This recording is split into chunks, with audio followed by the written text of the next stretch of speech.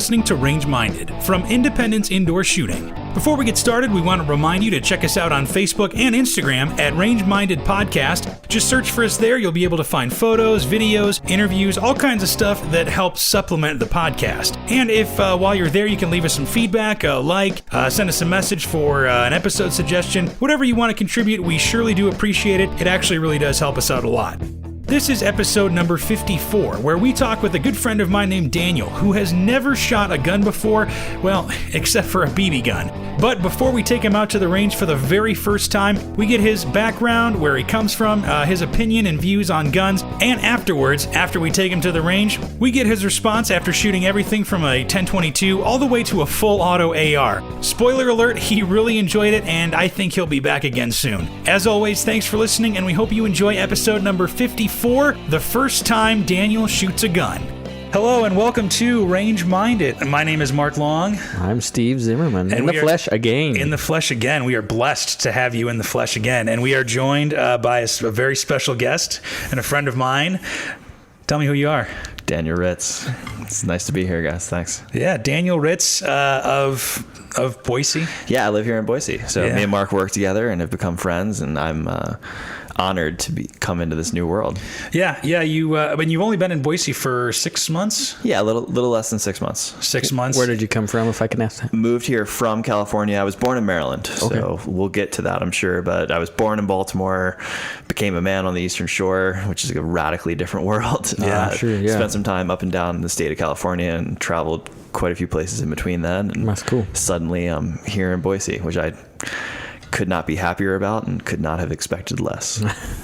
Yeah, it's an interesting place. Coming from Chicagoland, it's and coming from the East, as everybody says here. I mean, you actually are East Coast, but even Chicago to east of the Great River, as some of our friends say. Exactly. Yeah. Well, pretty east much of the anything. Great River. Like Denver is east for a lot of us. Yeah. So. Yeah, that's true. That's so, okay.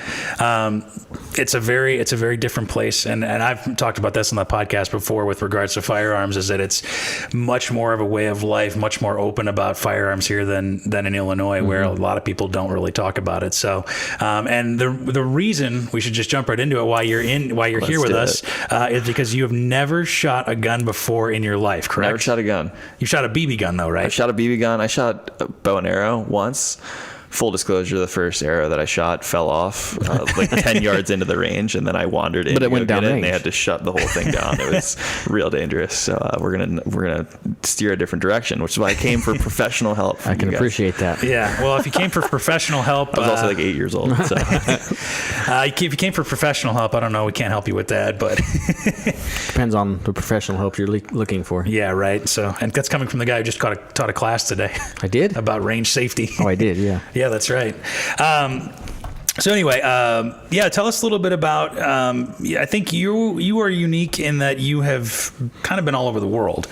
And you've got a lot of different perspectives, not only in the country, but around the world about firearms and guns and how people view those.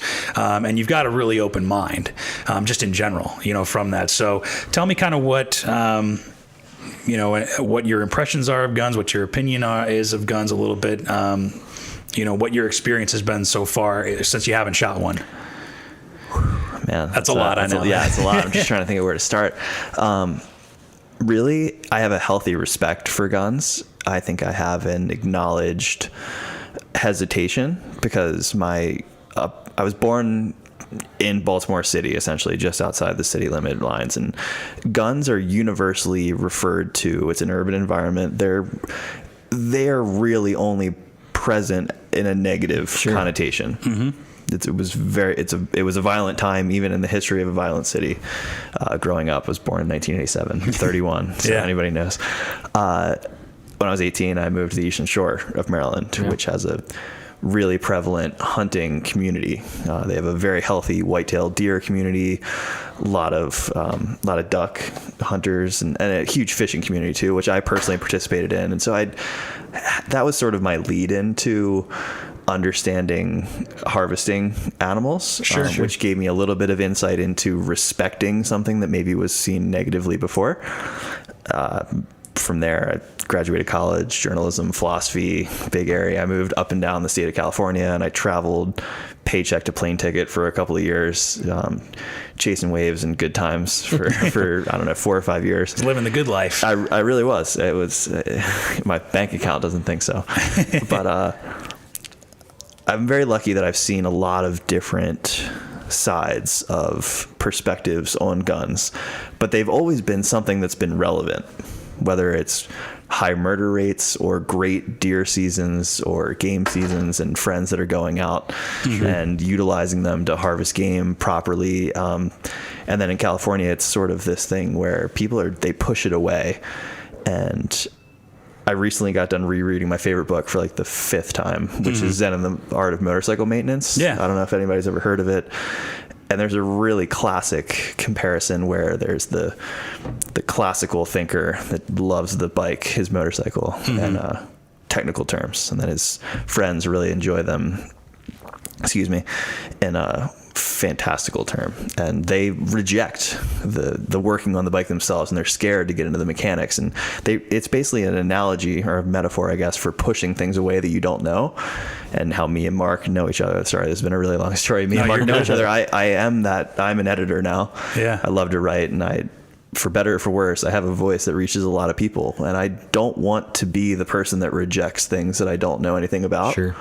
I think it would be irresponsible for me to ever take action or even to give a inevitable bias on something that I don't understand. No, that's awesome. So I'm trying my best to reach out and really explore. And in the same vein, I want to get closer down the line. I'd love to get into hunting. I love fishing. Yeah. And guns are a part of that, and I want to understand them better. So. Yeah. And I think I've talked to you about this before, and that there's the firearm world is such a huge, wide, broad industry. There's so many different avenues down which you can go. Like Steve's not a hunter at all. Yeah. You don't even like to hunt. You just like putting holes in paper. No, it's not that I don't like to hunt. I do not need another really expensive hobby. I hear that. Take my time away. That's true. There's also that. That is legitimately the reason why I do not hunt. Okay. Yeah. But I mean, we've talked about it before where I like putting holes in paper. I've never really been a hunter. I'm not averse to hunting at all. Yeah. I've never had the experience, but there's competition shooters. You can learn about, defense, home defense, self-defense, all that kind of stuff, Sure. empowering, and taking your safety into your own hands that way as well.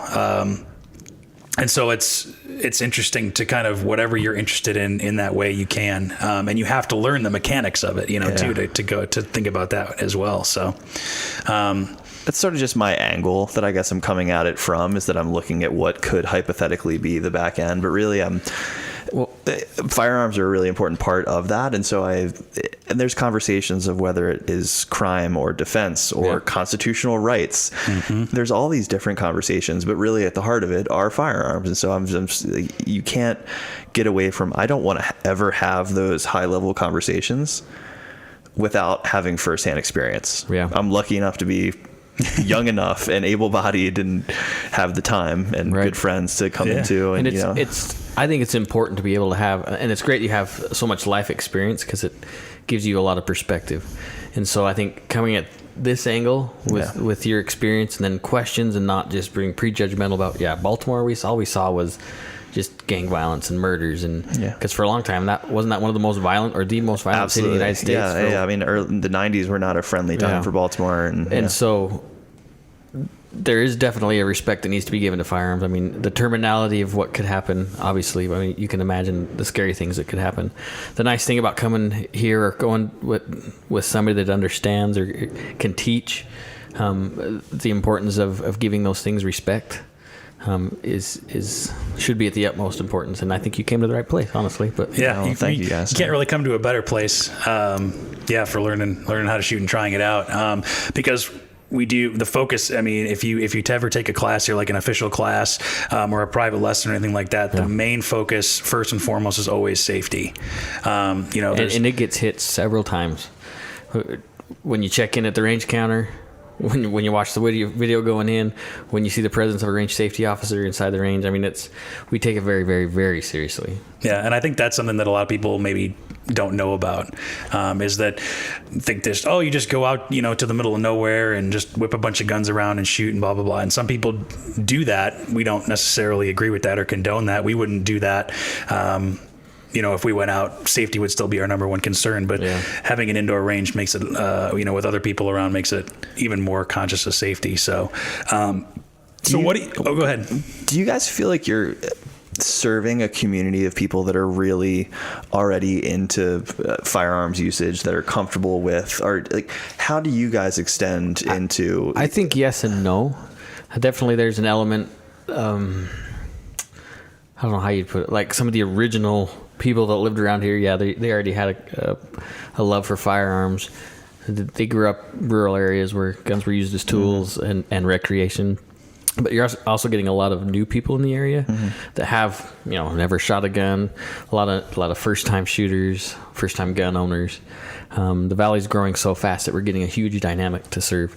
And I think that's what's kind of attributed to our success, is because we have some authority and some almost just some flash and pizzazz that attract people here, that then we have the knowledge to back up what we're selling.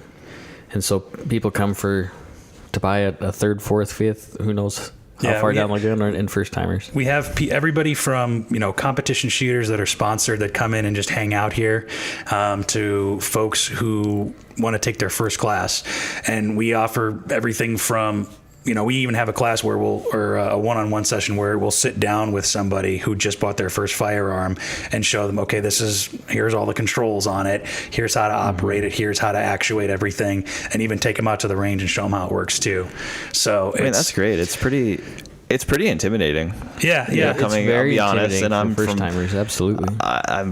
Me and Mark joke about this all the time. I'm comfortable being uncomfortable, but I am not afraid to acknowledge that this is a big world. It's somewhat overwhelming and intimidating to come into, especially because there is a lot of conviction from I'll say like firearms community, just because maybe it's a current climate scenario or what have you. Like there's a sense of conviction and a pride that comes with it. It's tough to approach. Indeed. And you get those people that are chill about it, like I'll be happy to take you shooting. Come on, hey, check out this gun. And then you get the people that are like, my rights are more than yours. If you don't like my gun, screw you. And then you get the people that are the next level that are just too far beyond, and those people actually are toxic to the community, in my opinion. And I we did, like you said, a range safety officer class. Actually, no, I was talking to some customers today about just about some of the stuff that's going on in the state legislature and how kind of crazy it is. And we were talking about open carry. I said open carry's fine. I open carry once in a while, but not very often. But I have a problem with guys walking around town with ARs strapped to their back. That is not just too far, in my opinion. It's not necessarily the opinion of the podcast and not necessarily the opinion of the store. In my opinion, that's wrong.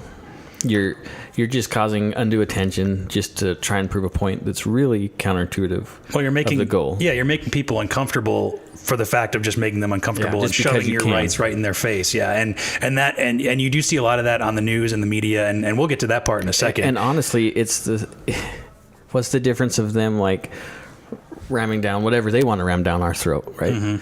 We're not solving a problem. We're just creating more arguments. Just showing off. And, that's the kind of things that I think are in the national consciousness, is people who do that kind of thing. And I think there's a silent majority of gun owners who, you'd be surprised at people who own guns that, they don't make a big deal out of it. They might not even carry, which, that's their choice either way, yes or no. And, or maybe they just hunt, but that's very much the minority of people. But and it's unfortunate that there has to be some closet gun owners. It's kind of like the whole, it's been a few years ago when all of a sudden all these conservatives came out in Hollywood. So like John Voight and Kelsey Grammer, and then they got blackballed. Well, we don't want you. It's too bad. Who cares how people vote? If they can do their job well, so what? Who cares if they're a gun owner? If they're a great attorney or they're a great business owner, what does it matter? they're still good at their job. Well, and we've talked about too how there are some financial institutions who decided to stop doing business with anything firearms related, and that's their choice as a business. That's up to them. But in reality, and I think we've talked about this, some of this came from a little bit pressure from farther above the chain to force some of these institutions into doing some pretty unfair practices, which is sad. As the news guy, now as the editor, but you got to read it. I will bring in the news. And now I will say that I think I take the most pride, and I work now currently. I have historically in community and regional journalism, and you have the experience, you have the availability to have firsthand experience with things like this, with personal interactions, with understanding what you guys are about and getting to know. I think there's a large gap, and it's a growing gap, and a distance between the categorization of people, whether it be Hollywood or politics, and your really top end, like what are you called versus what is your personal experience. It's more of an identity. I think people are really, really far away, and they're very fearful to be prideful of their personal experience, and people are very fearful to live in the middle, and we'll call the middle just their reality. And I know that sounds very fundamental, but really I think that whether it really happens or not, I think people they don't like labels. Yeah. And so they don't, there's a tribe mentality, but if that label sounds like it could be negative, they don't want to voice their opinion. Well, they love to label. They don't like to be labeled. Yeah, that's a better way to put it. Yeah. And that goes back to what I like my personal experience of I really don't talk to people about guns back in Illinois. I'll talk to family and people I know, but I don't strike up a conversation with somebody about it randomly. But then you take that and flip, being a gun owner here and being a part of a gun shop is a totally different experience, Well, I'll tell you, I personally have had the opposite opinion, or I'm sorry, opposite experience progression, whatever you want to call it. I again, growing up with a healthy respect, just basically the climate around me, and is what my father, one of my father's good friends, unfortunately there was a child of my father's good friend who unfortunate accident, like shot himself with a gun, and I was taught like just stay away, like leave the room, kind of. That was the message that was taught, which it obviously was a series, and I'm smart enough to know there was a series of wrongdoings that went on in there, and there's a shared responsibility, and that's super unfortunate. But I've been pleasantly surprised with the community of people that I have almost discovered. My best friend now, he's got a couple of dogs and hunts ducks, in the fall seasons on the East Coast, and now moving out here to Idaho and meeting all the great people that, yes, I carry, or I don't, or I own, or I shoot just for self-protective purposes, or hunt. And it's kind of one of those things where you just start discovering the people in your community that I didn't realize those connections, and that was, I'll call it an attribute or a characteristic or something that people were interested in.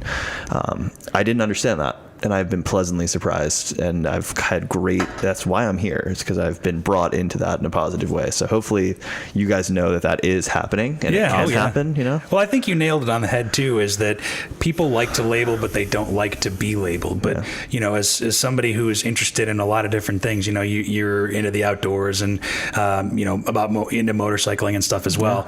I compare motorcycles a lot to the firearms world, because motorcycling can be a hell of a lot of fun, but you got to A, know what you're doing, B, be safe about it, and C, have a respect for the power of a motorcycle. It's the exact same thing with firearms. You can have a hell of a lot of fun shooting. I mean, we've done it before, but you have to know what you're doing, you have to be safe, and you have to have a respect for it. Yeah.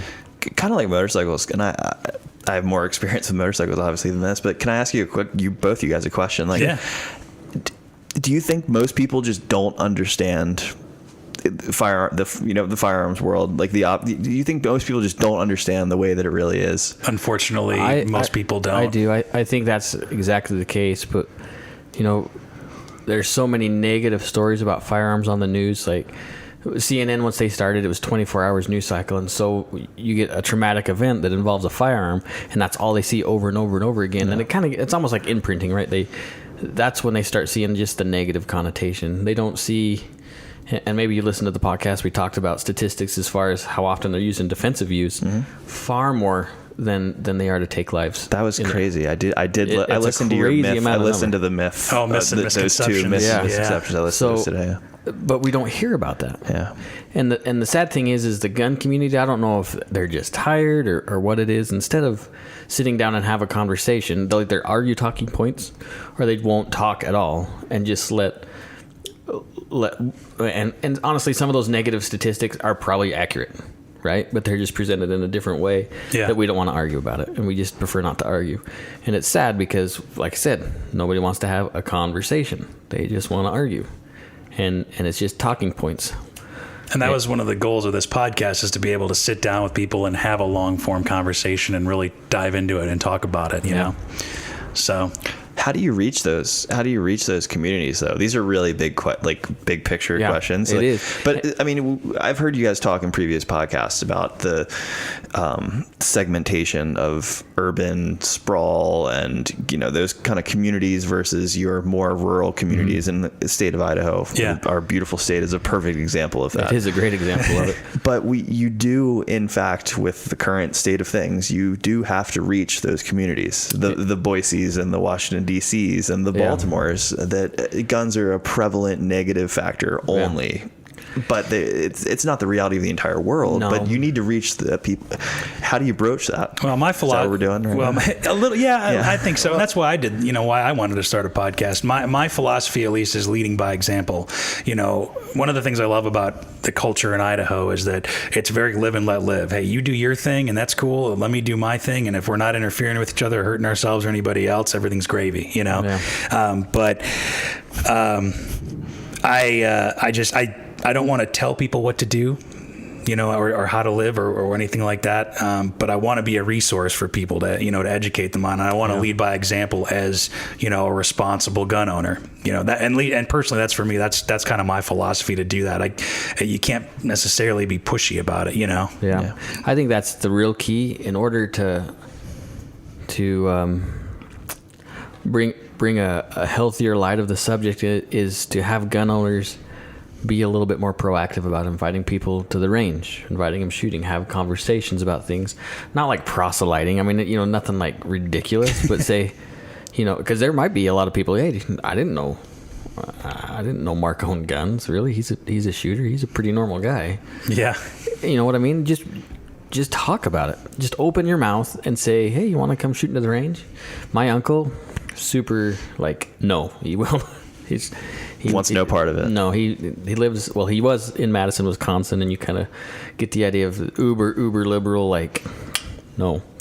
And I invited him to come shooting one time. He said no, but hey, I asked him. Yeah. What's the worst that could happen? Well, no. And you respect his choice to say no, and if he doesn't want to, that's that's fine. I didn't razz on him. My dad did. Because what are you, chicken? Well, there's a certain level of even appreciation of knowing you were a decent enough for your family. So that's different. He was kind enough and respectful enough to invite me into that situation, and he is a gun user owner. I don't know what the proper phrasing is, but a gun user owner, and he invited me into that world. I think there's a certain amount of respect as compared to. Yeah. I mean, I can. You could easily list the ones that wouldn't do that. This is probably the third podcast in a row that says we've been wanting to go to somewhere like Boise State and invite students that are no. You know, we don't want to deal with guns because they don't understand them. Bring them into the range and have a 2 or 3 part episode about you know, the difference of what they see or hear on the news, but what the reality is. But John, so we did a podcast a little bit ago with one of the guys that works here. His name's John, and he brought up an interesting point that a lot of people are against guns, but they go see movies, action movies, and war movies and stuff all the time. Play video games. And play 100%. I think there's a natural curiosity there, and all those movies and video games are associated with killing. Yeah, that too. And that's it. The only exception maybe is in Shooter in the beginning of the movie where he shoots the can of beef stew. Right, that might be the only exception, but everything else is used in nefarious purposes. Well, and that's another thing is that I think some people think that gun owners or people who, you know, want to concealed carry or stuff, they're itching to shoot somebody. They're itching to get into something or whatever. And we've talked about it before that's the last thing anybody wants to do. That's why I never really want to go I've never gone hunting because I don't really want to even take an animal life. Yeah. It's something I do want to experience because I think it's something that maybe everybody should experience once. And I have friends who do it. But I mean, the last thing I would ever want to do is take a life, Yeah. I don't carry a gun in hopes that I get in a gunfight. I hope I never, ever, ever have to use it. But I have made the commitment to myself that if I need to protect myself or my family, I will. It's not something I want to do. And off of that point, I think a lot of people who are anti-gun would be surprised to learn how much we agree with them on certain things. Like we've talked about it before too.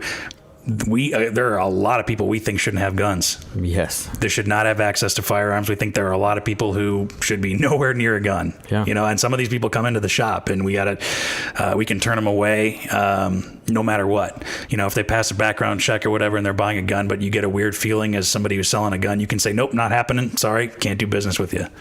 We can terminate that transaction at any part. And I think a lot of people don't know that, Background on that a little bit, and you can just cut this whole thing if you want to. No, you're good, man. I'm personally curious. I've been listening a lot. I've been personally interested on these conversations about red flags. Mm-hmm. Red flag laws, where your neighbor can say, I don't know, he came home and he was drinking too early in the morning, so we should take away his guns. Yeah. And you guys talk, the concept of the slippery slope gets used a lot in a lot of different channels on this podcast and in this whole world. Where does that end? Because you guys both just nodded your head and agreed. I think there's a lot of people that come in here that shouldn't have guns. That is a subjective judgment. Yeah. That you think that they should not have guns. According to the Constitution gets resounded a lot in this podcast as a standing agreement that we do not want to objectify and temporarily modify. Right. Sure. I think that's been said. So where do we start? With that? And again, like I said, we can just eliminate this whole thing because I'm just curious. That's a great question. How do you? Is it medical definition? Is it by where does that start? Because that's a So we can go with why my understanding of red flag law is right. It eliminates the whole due process. So it's not a Second Amendment issue; it's a Fourth Amendment issue, and so that's where I have trouble with it because I say, oh man, you can't have a gun. Yeah. I'm going to call the cops. The cops come and take your guns. There's no background on it. It could be completely nothing. It could be an ex-wife that just says, I'm going to screw that guy over. I'm done with him. And that's where I take issue with it. The difference in a gun sale is I'm not restricting a right. I'm not taking something that he already has. I'm just not going to sell anything to him. I'm just not going to participate in that. I'm not going to be a part of it. Because he could go, if let's say there's somebody that comes in and we refuse to sell him a firearm, he can go down the street to another to another place and they'll sell him a gun, no problem. Possibly. And I really liked listening to you guys about how you guys as the dealers took responsibility for it, because that is one thing I feel like there's a lot of objection to firearms as a whole and projection, putting that on to you guys as a party. And there's also a lot of defensive reaction from firearms world too, of feeling it's not on we're protecting our constitutional rights, and other people are going yes, but we're talking about whether it's children or schools or what have you. And that's why I think the conversation needs to take place, because that goes right back to the passion of the argument is we're sick of people trampling on the Constitution. And honestly, a lot of these people that dispute whether it be red flag or Marcy's Law, whatever you want to talk about it, it's only because they heard somebody or they read a meme or they didn't spend time investigating and learning the argument. They just said, well, he hates it, I hate it. Yeah. And that's dangerous. You can't win a debate just because of hearsay, right? And I'd say that's dangerous on both sides, because I know there are a lot of pro-gun people who are the same way. It does happen on both sides. Mm-hmm. Whether they mean to or not, they're just too lazy to do research. And it's not that hard for me to jump on Google and type in Marcy's Law, Idaho. Find whatever you want. Well, and the other tough thing is that, when you have people regulating are trying to regulate something that they don't know how it works. They don't know the proper terminology. They don't have the knowledge base on what it is. When you talk about people who talk about firing 30 clips a second or something like that, a politician who talks about that, 30 mag clip, and it's the thing that goes up, the shoulder thing that goes up. When you see that kind of ignorance, for lack of a better term, it does get you irritated, and it does kind of like make you think, well, I don't even want to argue if you're not even willing to put in the time to know what you're talking about.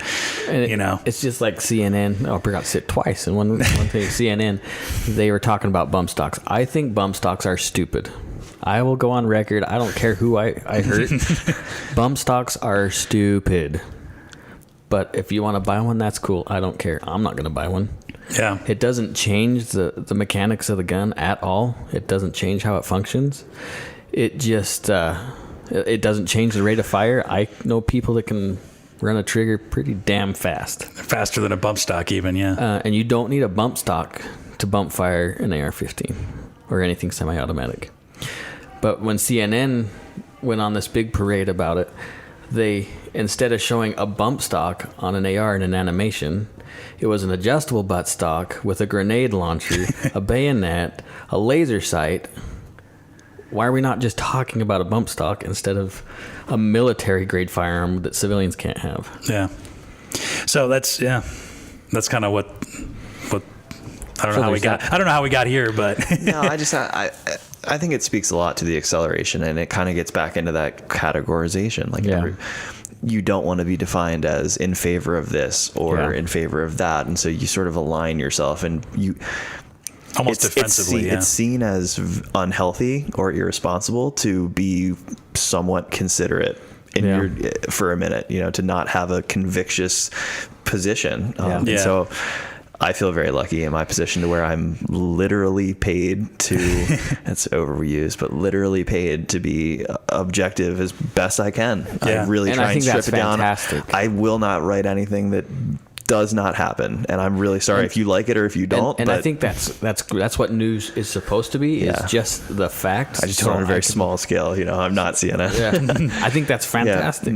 Well, and I've talked about it before, though. It's being in the media myself as well, is that I don't think that there's some sort of grand cabal of people trying to push something or whatever. I think just people want to get things out, especially major news networks. They want to get stories out as fast as they can and get the lead on people, and it's more for ratings, and that contributes to shoddy journalism. And then but people take it as fact. They don't do their own independent research, and then you have somebody on who have a pundit on or something who does spout their opinion or whatever, and then that kind of blurs the line between opinion and fact, and it just. So I've come to the defense of the media a little bit, but only in terms of ignorance, not in terms of conspiracy. Yeah, it's a swirling ball, but it's really unfortunate how no one. It's the nature of the game that no one has the time to think for themselves anymore. Well, and we live in such an on-demand society that we've just become accustomed to getting information so quickly. Maybe that's why we don't want to research. Yeah, that's the way it is. Okay. Yeah, and I think I think that problem is everywhere, is prevalent throughout all of our society. Yeah. But just like with motorcycles or any other hobby, firearms take time to research and to learn, and you have to put the time in to learn about these things. And if you have to get for a media example, if you have to get a story out and you just need to learn the quick cursory stuff that may or may not even be accurate, and you got to roll with it, it's not going to do very well and shine a good light on it. Is an investment in education to learn about, just like anything else, right? You reference motorcycles. If I want to know everything about Triumph, I'm not going to go to a Yamaha dealer and talk about Triumphs. They might give me some stuff about it, but damn right, I'm not going to learn anything. You picked probably the best manufacturer for Daniel because he's got a Triumph. Yeah, so I wanted a Daytona. Probably not the same thing. I wanted a Daytona for a very long time. Oh, really? Mm-hmm. How about that? Yeah, you've got a Scrambler, right? I got a Scrambler. It's a 2011. Nice. It's my baby. Yeah, I've wanted a Thruxton forever. So somebody talk about going in the weeds. A few years ago back, I looked on KSL.com. Sorry if I hurt your feelings, on their classifieds, and somebody had taken a Triumph and they dropped it, made a bobber out of it. Oh my god! That sounds like your style. Yeah, I can get behind that. Yeah. So let's switch gears a little bit. Let's talk about. I mounted a gun to it. Of course you did. Sorry. Let's switch gears over to what we're actually going to do. We're going to go shoot a couple of guns. Yeah. How do you see this going? So again, I don't have any physical experience. I'm not one to be startled, shaken by much, so I'm not anticipating being physically overwhelmed per se. That being said, I don't know what the physical feeling is going to be like.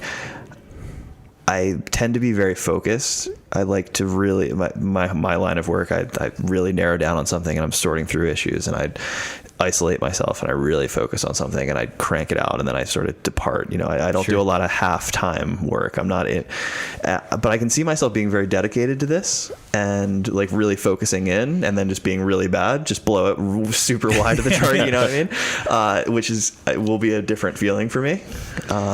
I think you're going to get hooked. Yeah, no. I think you're gonna realize that recoil is a good feeling. Yeah. And you're gonna be surprised about how certain guns recoil when they go off. Yeah. And you're also gonna be surprised at maybe how small of holes exist and how little power there really is in some guns and how much power there is in others. Yeah. We're going to start you with a 10-22, which is a little 22 caliber rifle. Okay. And then we're going to just move from there, and we'll go with whatever you're comfortable with. So. All the way up to the Barrett.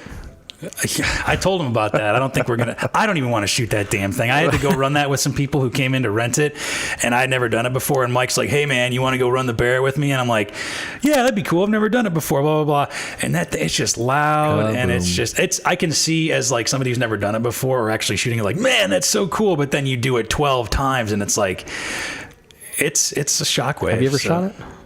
I haven't, no, but I was about as far away as I am from you right now. Totally helping different. somebody run it. Yeah, it's probably pretty when you're fun. running the gun, it's not near as loud as when you're next to it. That's right. Kitson did say that the best place to be when you're shooting it is shooting it. Yep. So, but we'll worry about that later. Daniel's got wide eyes. No, right it's now. okay. I'm speaking could be Chinese to me. So one thing I will ask from you guys is coming in again, and I have a little bit of, I just like to research myself. I'm a nerd. And so learning a little bit about the segments of, different varieties of guns. And myself, like I'm interested in eventually hypothetically rifles and shotguns and getting into harvesting and hunting. But in there lies this connotation, and I associate handguns with like human action, whether it be defense or, unfortunately, not that I personally ever would, but that they're used in this negative human action. Sure. How do you guys describe to someone why they should take an interest in handguns? There's actually a huge portion of hunting that takes place with large caliber handguns. Believe it or not, there's folks that take down elk and bear and pig with revolvers, yeah. Purposely, or in like they're charging at you. Dedicated firearm for both, that purpose. Actually, yeah, either for hunting or for self-defense from animals. Yeah. Also, and I think I've mentioned this to you before, just in our conversations, is I always refer to shooting as the sport of shooting. There are two major what would you call them? Conferences of competition. Sure. There's the United States Practical Shooting Association, which is a competition. Which is a lot of fun. And then there's also IDPA, which is the International Defensive Pistol Association. And there's a lot more. There's way more. Yeah, there's more to it. You can go into 3 organizations. Stuff, but yeah. So what USPSA is just pistol competitions. And so you're ringing steel or punching cardboard. And that's what my guns like to do. They like that kind of stuff. I like the way you phrase that. Yeah. Yeah, I mean, that's what I like to do too. I like to put holes in paper, and I like to, we've got our Nautica Koala here that, you shoot at different distances and, you score a certain way or whatever. I like it. I like the sport of shooting that way. Yeah. And I mean, you can make money doing it. You can, Taryn Butler, for example, is a huge competition shooter. He's won championships. He's got his own range. If you've ever seen the movie John Wick, he taught Keanu Reeves how to do all that stuff. Yeah. He's kind of a big deal when it comes to the USPSA world champion, a big name. And what I think is comforting is he's a fluffy fellow. He is. He's not like this fit in shape, like he's not an operator. but he can operate. He can, yeah. But so he's a large guy. To answer your question, guy, that's he's fluffy, yeah. John Wick was, by the way, who, like, when I told people I was coming here to do this tonight, they're like, "Oh, cool, Joe Rogan going to do a podcast, going to turn into John Wick, like you and all your buddies." I'm like, "Oh god, that's." If you don't mind me asking, just because I don't understand, because this will be the first time I ever shot a gun, but when you talk about just taking targets and shooting for accuracy. Why do you do that? I'm sure a lot of people already know this because they're listening to your podcast all the time. I'm personally curious. I think we'll wait to answer that question until you're done shooting, because I think you will answer that. I think you'll answer your own question. Okay, cool. Like I'm just curious what the drive is of like. Cool. All right. You'll see, and you'll be like, yeah, this was kind of cool. And my answer to that just simply be because I want to see how good I can get it. Cool. So let's do it. But let's end on that for now. We'll go do this, and we'll come back shortly. Word. Wonderful. We're back, and we put Daniel through his paces. Woo. And we shot the 10-22. We shot the an AR-15. We shot a Glock 17, and then we had to shoot the full auto. The full auto AR. So overall, Daniel, what'd you think? It's powerful. It was a lot of fun. It felt good to really like challenge yourself to like you really want to take a better shot every time. So why do you want to do this? Yeah, exactly. Did your question get answered? No, exactly. No, it really did. Now again, this was a lot of first, so I'm learning like very, very, very quickly. But every single time I pulled the trigger, you learn something and you use that, and then you can see that if that worked or if it didn't. It's I was really impressed by how like influential the different changes were. You know, when you stood this way, Mark showed me about like with the handgun about like really using your other hand as your stabilizer and things like that, and how like they immediately made a profound impact. Like I guess I sort of thought it was going to be a lot more mysterious. I don't know. I don't know what the word is, sort of, you know what I mean? Like that there was more to it? Yeah, that there was sort of more influence in there, but it was pretty, you're able to pretty easily direct. It's a simple procedure. You just point the gun where you want the bullet to go and then pull the trigger. It's difficult to do. And no matter where those sights... Sorry, I didn't mean to interrupt you. No, it's okay. No matter where those sights are, when that trigger breaks, that's exactly where the bullet's going to go. Yeah. So like we talked about jerking the trigger or squeezing, that's going to throw... Yep. Another thing that people are guilty of. So I was shooting low a little. I shot maybe 5 rounds or some with the Glock, and I was shooting low, because it's a Glock and I'm not a Glock guy. Well, you should be. The Glock is like the Honda Civic of the gun world, whereas I'm driving like an Acura. No. Yeah. A Lexus. We'll go with a Lexus. Definitely. Anyway. These are all still really mid-range cars we're like talking about. Well, it's not an HK. That's why. Well, it's really more... The Walther is probably more like one of those crappy British cars that we don't get in the United States. It's not true. That seem a little nicer, but maybe they have some German parts imported into it. It's a fully German gun. Yeah. So it's a Mercedes. An Americanized Mercedes, maybe, yeah. Fine, we'll go with that. Yeah, it's not something I would take on the Autobahn by any means. Oh, Lord, I'm just fine with it. Yeah. Anyway. The Glock is so perfect as it comes out of the factory. See, Glock's slogan is perfection. So you can see they're really humble about their manufacturing and their... That's one thing Glock is really good at is... It's a Glock. I don't care if you like it. That's what we made.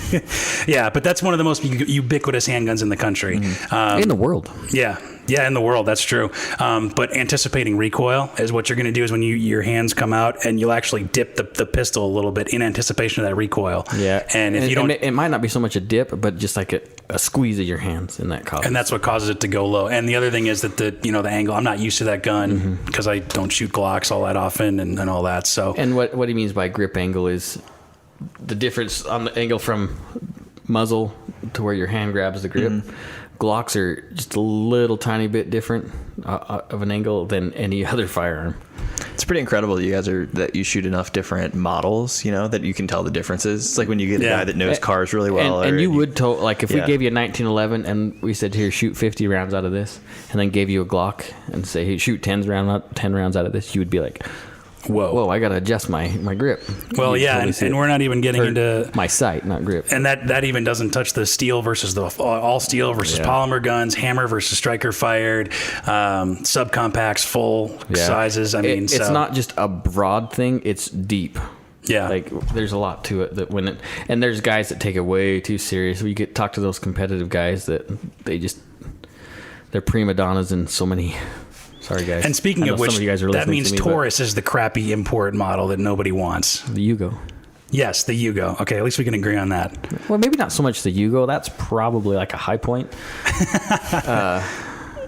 We're losing him. We're losing poor Daniel. Geo Metro? I'm following. Ford stopped making cars for a reason, so that's a reality of. The high point would be the Geo Metro because it's an American-made vehicle.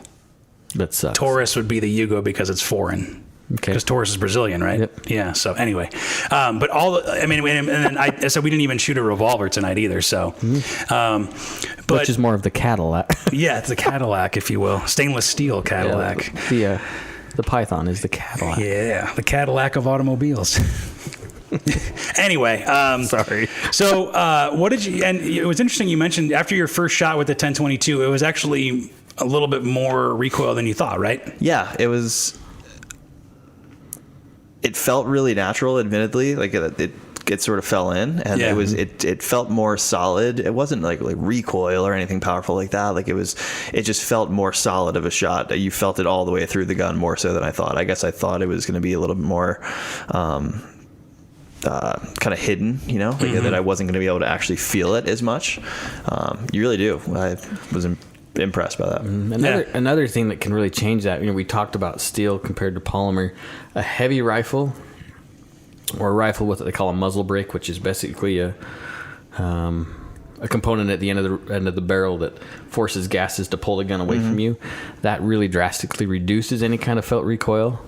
There's a lot of things that can change the way a gun feels. Yeah, you can modify, like we were talking about with the AR. There's all different kinds of things you can do to any kind of firearm to help mitigate that. I was impressed though of all the different varieties. So many. I was really impressed by how after a couple of shots, the first one was always like, oh wow, and I just immediately recognizing because it's one of the first I've done in my life. But you feel pretty confident, and you feel as if I can get my head around this. I feel as if I can approach this and get better again with every shot, and that you feel more confident. And luckily, Mark was, you guys were hanging out behind me, chipping in the here's and there's, and I was impressed with how you can kind of pick it up and feel as if you feel that confidence. I wasn't expecting to. I was expecting to be fearful, really, for longer, But that wore off pretty quick. Yeah, and not to sound like overconfident, like it's still very powerful, sure. And that was evident in every shot. But I was expecting to be a little more, I guess, timid is maybe a word. Sure, a little bit more hesitant No, you picked it up pretty quick, and I appreciate the listening to being safe and everything like that. That's the most important thing, like we talked about before. You know what I mean? Is being safe with it, because if you're following all the rules and being safe, you can have a lot of fun. Yeah, I think that really did allow, I'm not afraid to take it from square one, especially if that allows you to have the most fun, because you kind of get your fundamentals down. And I appreciate you guys taking the time to really break down the fundamentals. So it's a lot of fun. So what did you think of the handgun versus any of the rifles? I call it projection, call it what you will. Sure. I felt more natural with the rifle at first. Like the 22 felt really, that side stance we were talking about felt really, really natural for whatever reason to me. That being said, off the get-go, my most accurate shooting was with the handgun, and it felt way more comfortable than I was anticipating. Yeah. Because I have zero experience. My interests, at least my background interest in firearms does not come from a self-defense perspective. Sure. So I don't have the genuine personal interest in handguns as much. Yeah.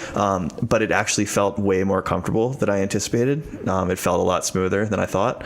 The kind of the straight-on stance with the AR-15, like that felt a little unnatural. Yeah. Maybe it's just because it's probably the most. I don't know if radical is the word, but I don't want to use that. But I'm trying to say that it was the most kind of different. Like it felt the most unnatural. You had to be conscious of your body position. I really felt like I was overthinking it. And honestly, a lot of shooters that are jumping behind an AR platform, they kind of get that way.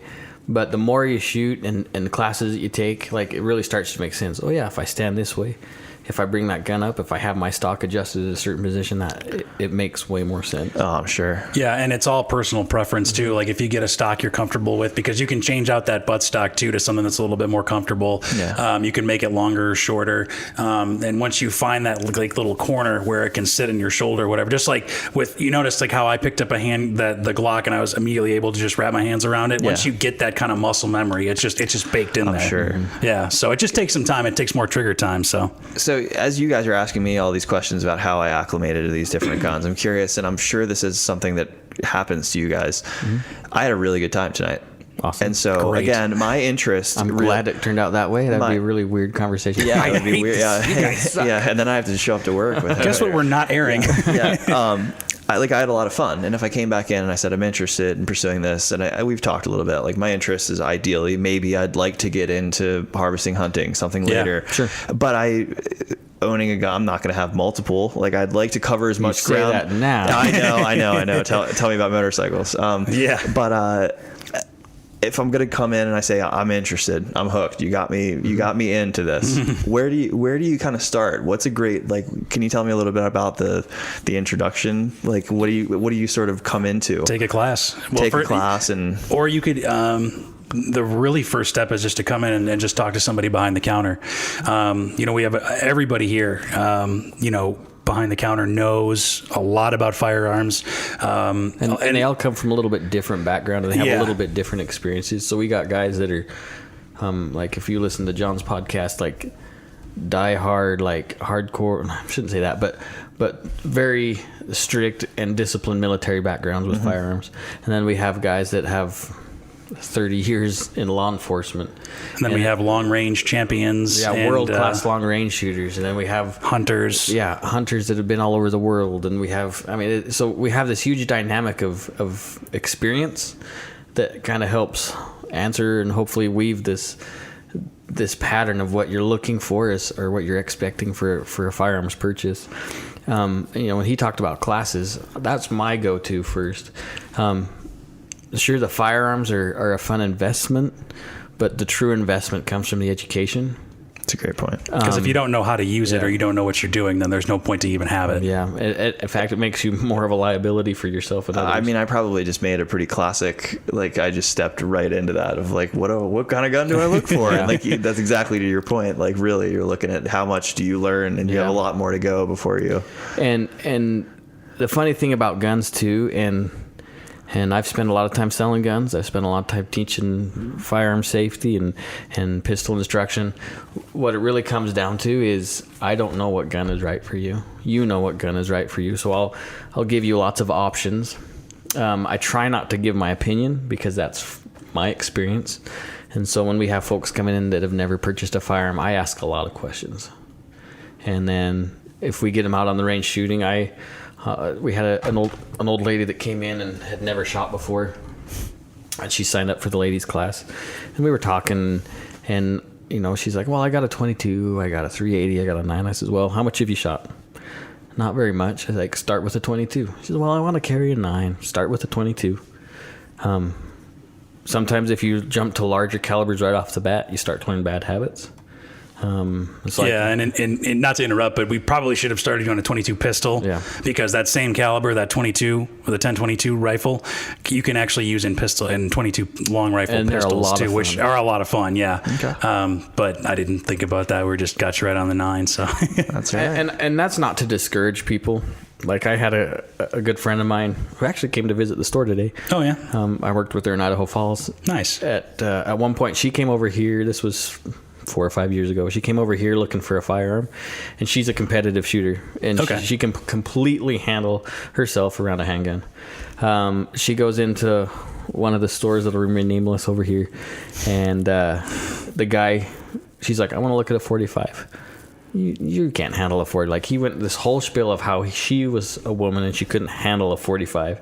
Wow. And she went into the process of educating him how she can handle a 45, and it's none of his business what she wants.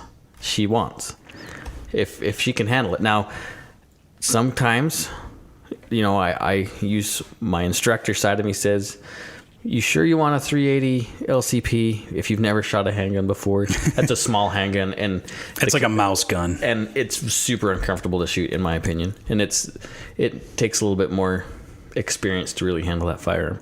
So I'll kind of steer them away. Yeah, but I'm not going to look at a woman and say, you can't do that.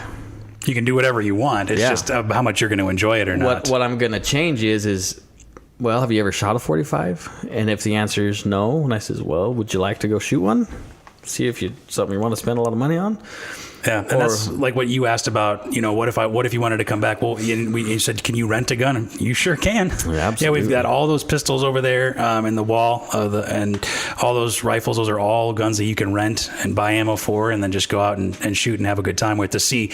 And that's what we tell a lot of people too: is rent a gun, a bunch of different guns to try out to see what you like, see what the differences are, and then once you find what you like, you can go from there. Unfortunately, there's a lot of gun safes out there that are filled with guns that were the wrong purchase. Mm-hmm. There are some federal guidelines, and there's honestly some store policies where you cannot return a firearm. Sorry, you're stuck with it.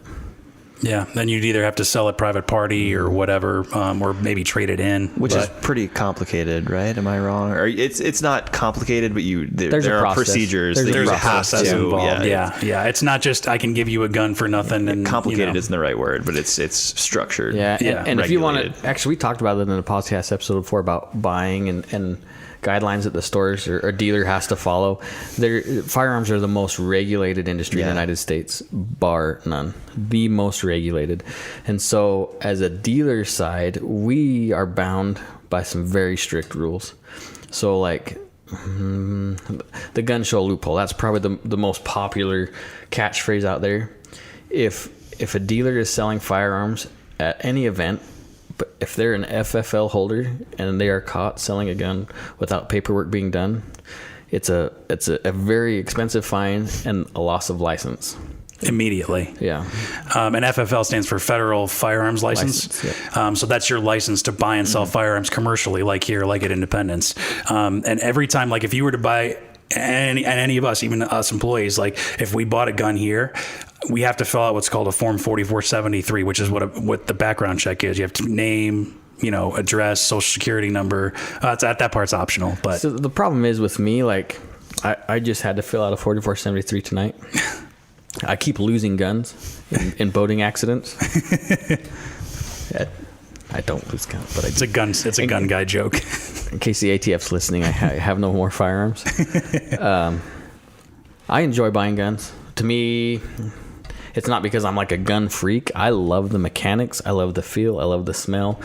To me, I have a very mechanical mind. So I love to see how things fit together and how everything associates with itself. And so that's why I buy guns. That's a really enticing. It's kind of an enticing thing to me as well, is the power and the functionality of what really seemed like they are pretty simple. Mm-hmm. Like they're masterfully crafted. Yeah, very much so. They're very precision, but they're not extraordinarily complicated. No. And I think that's a really good fundamental lesson for people. It really is amazing. I mean, so the Chinese decided, hey, let's take this stick that's hollowed out and let's put this crazy flammable dust inside there and some rocks and light it on fire. And then really not much changed through the years. Metallurgy obviously got a little bit better. They realized that taking a log and wrapping a rope around it and trying to blow it up is a bad idea. So they started putting them in pipes and that kind of thing.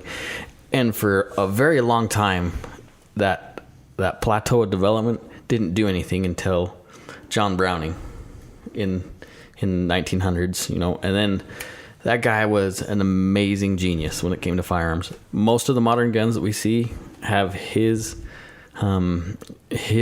inventions, his designs built into how all the little pieces work together. A lot of them are from him. Mm-hmm. And then of course Glock after that.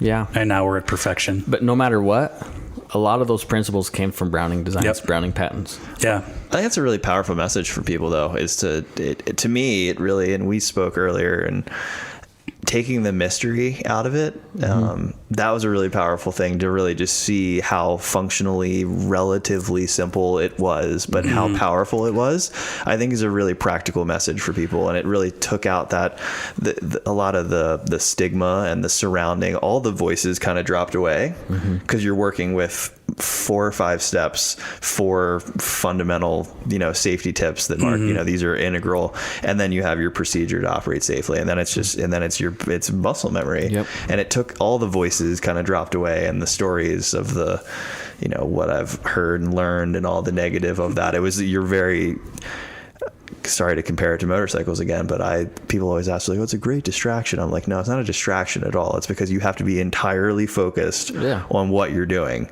I don't think about anything else. I'm wholly focused. You have to be 100% right there.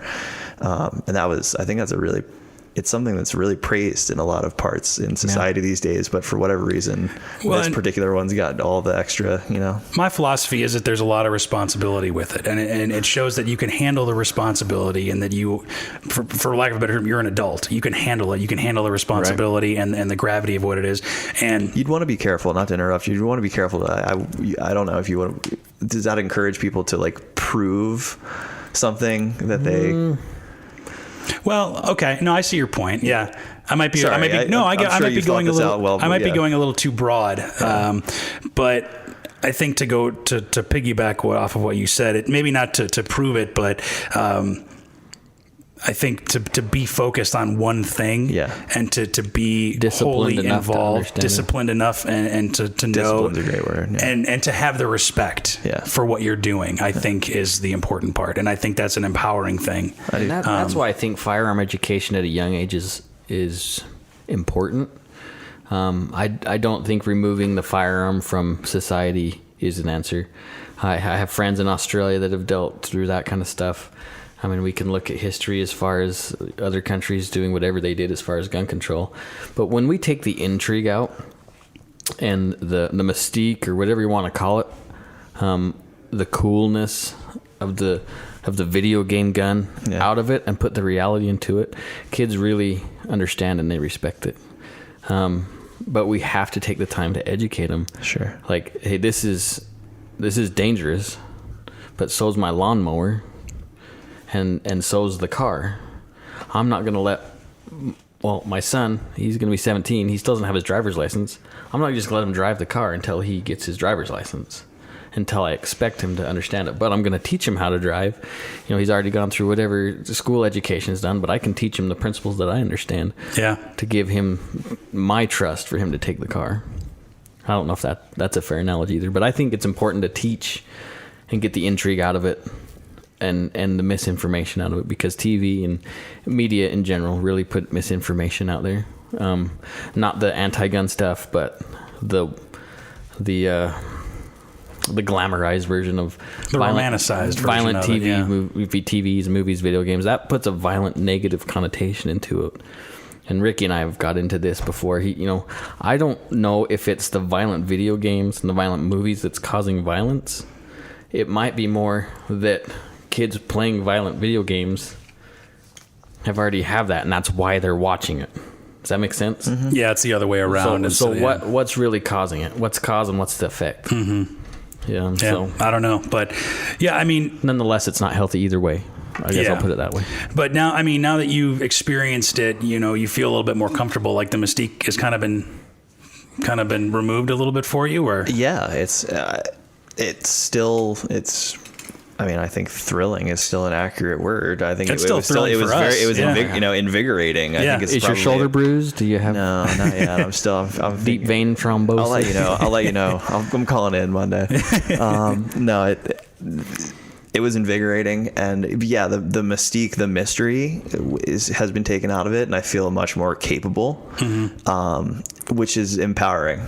It's not, I don't want to say lose the mystique in a way that it's like, oh, well, it's not interesting anymore. It's just, instead, it's not this mountain to climb, to wonder. Mm-hmm. I can no longer say that I've never shot a gun before, and I'm one step closer to understanding and being able to have a conversation with somebody. And talking to you guys tonight, I know way more, and I physically have experienced way more than I did when I woke up this morning. Yeah. And I think that whether I turn into a lifelong shooter, I think I'm better for it. Yeah. And to go back to the classes, and you mentioned that you kind of gravitate more towards the hunting thing, and that's totally cool because it's whatever. And this is, again, what I like about firearms, that it can be whatever you want it to be. You know, you could just come and rent a gun once a year and just enjoy it once a year, a couple times a year or whatever. Or you could just have a hunting rifle or even a 10-22 and just go hunt or something like that. Or if I you did pretty well with the squirrels. I think I'm interested in those guys now. And pretty soon they'll be out. Yeah. So, but you can make it whatever you want it to be. Yeah. And that's all up to you. That doesn't have to be for anybody else, you know? Well, I mean, the story is pretty similar for me across all these narratives we're talking about. It's just like with the hunting thing, with the shooting, it's just trying to understand something that is like looming out there. You know, don't be afraid of things that you don't know. And this is just another reinforcing experience where, you know, when you take the time, you talk to people, you get introduced, and I'd like to think that I'm not quite an asshole enough to where I humbled and said, hey, like, I don't know what I'm doing. Like, please bring me in. Like, please be kind. And luckily enough, you know, you guys were tonight. So, and I think a lot of the folks in the firearm industry, and I think we talked about this the other day, a lot of them are usually pretty cool. Yeah. Like, they'd be happy to take you shooting or give you some pointers.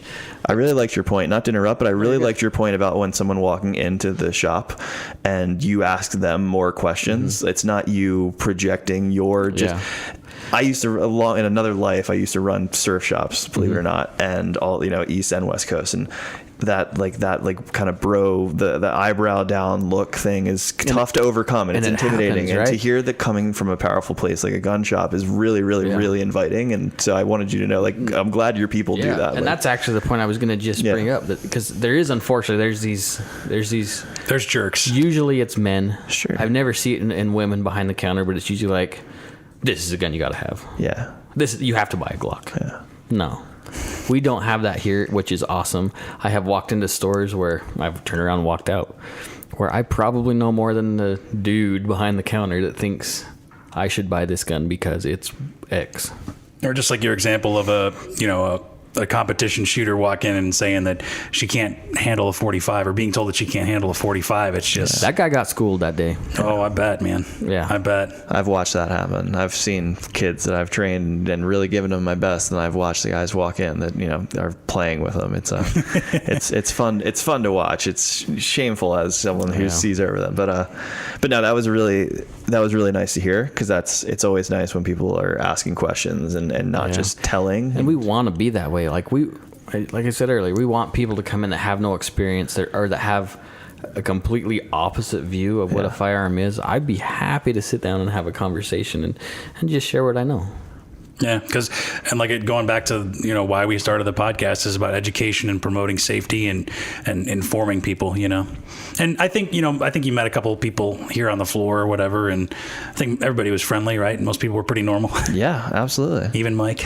Mikey's a good dude. Mike's great people. So, well, cool, man. I'm glad you enjoyed it. Thank you guys for having me out tonight. This has been a really, really, really cool experience, awesome. And I look forward to coming back again. Say you want to come back and do it again? You know it. Because we only scratch the surface. We got to shoot revolvers. There's so much. We got to shoot an AK. We didn't shoot a shotgun yet. We got a ways to go. Large caliber rifle. We didn't even. We haven't put you behind a scope yet either. Mm-hmm. I'm all about it. No, this was a lot of fun. I will definitely be back, awesome. And I will do this again. This is something that you guys. Anybody that wants to have this experience, this is how to do it. Also, and we'll close on this. What did you think of full auto? Because you shot a full auto AR. Wow. I think that was my immediate response, right? I think I just said, wow. Not super powerful. I don't know if I've ever, it's like riding a combustion engine. It was, you aim and I feel like I don't even remember what happened. And that would definitely take some time to acclimate with. There's a lot of work involved to getting proficient with an auto. Yeah, I feel like I'm just so far away from. Like I said, it was over. It's like no joke. It's like I don't even remember what happened. Well, and I loaded 5 rounds in for him, and he squeezed the trigger, and I go, okay, that was 5 rounds. He goes, what? Yeah. He's like, what? No Yeah, way. I'm that like, yep, was- that was it, man. That was incredible. That was probably one of the most like powerful messages of tonight, of like that healthy respect, powerful. Oh, like, yeah. Oh, yeah. yeah. I don't know if I can say like holy moments. You know what I mean? Like I've never felt anything like that. That's awesome. Pretty cool, though, right? Very cool. Yeah. So we'll end on that. Hey, if you have never shot a gun, let us know. Or if we'll you get have any in. friends that you've thought about inviting or whatever, bring them over. Yeah, Facebook.com/range-minded podcast. Email us, podcast@iishooting.com. Instagram.com/range-minded podcast. Get a hold of us, and we'll accommodate. Yeah. We'll get you on, and we'll go from there. So Referral program. yeah, and if You don't get to do a podcast, though. Daniel, if you have any friends that you know that haven't shot before or I have no anything like friends, that, you know we'll that. be happy to. None? You're we my have only friend. one. You got two now. I Yeah, got two two. now. Yeah. There we Yeah. go. How about that for? Well, you've got you a, guys are cute. you've got a whole gun store of friends now. Well, we'll end on that. Thanks for listening. Thanks, guys. Bye. Thanks for listening to Range Minded. Find us online at Range Minded Podcast on Facebook, or send us an email at podcast@iishooting.com. We're always happy to get feedback, episode suggestions, whatever you want to send us, really. And be sure to subscribe to us on Apple Podcasts, Google Podcasts, Stitcher, and pretty much wherever else you get your podcasts from. Thanks for listening, and we'll see you next time.